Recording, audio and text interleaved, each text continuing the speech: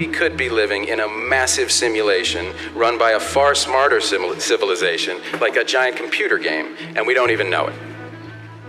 And here's the thing, a lot of physicists, a lot of cosmologists, they won't rule it out. I just watched a discussion online a few weeks back. It was moderated by Neil deGrasse Tyson of the Hayden Planetarium, and by and large, the panel couldn't and wouldn't give a definitive answer. Tyson himself put the odds at 50-50. Now, I'm not sure how scientific that was, but it had numbers in it, so I was impressed. But it got me to thinking, what if this, all of this, is a simulation? I mean, it's a crazy idea, but what if it is?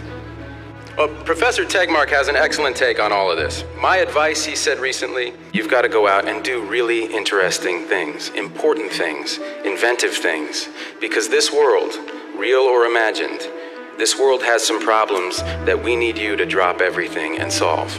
You don't have all the answers, and you shouldn't, and that's fine. For all the amazing successes I've been lucky to share, and few things have shaped me more than the auditions that Ben and I used to go on as young actors, where we'd get on a bus, we'd show up in New York, we'd wait our turn, we'd cry our hearts out for a scene, and then be told, okay, thanks. Meaning, game over. But as the great philosopher Benjamin Affleck once said, judge me by how good my good ideas are, not how bad my bad ideas are. You've got to suit up in your armor. You've got to get ready to sound like a total fool. Sometimes your work will hit a dead end. Sometimes your work will be measured in half steps. All right, maybe that's just my work. But for all of you here, your work starts today. There are potentially trillions of human beings who will someday exist or not, whose fate in large part depends on the choices you make, on your ideas, on your grit and persistence and willingness to engage. If this were a movie I was trying to pitch, I'd be laughed out of every office in Hollywood.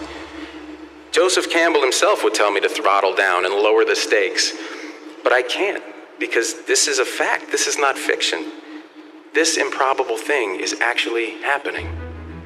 There's more at stake today than in any story ever told. And how lucky you are that you're here and you're you. And how lucky we are that you're here and you're you. This is your life.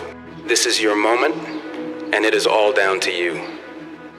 Ready, player one, your game begins now.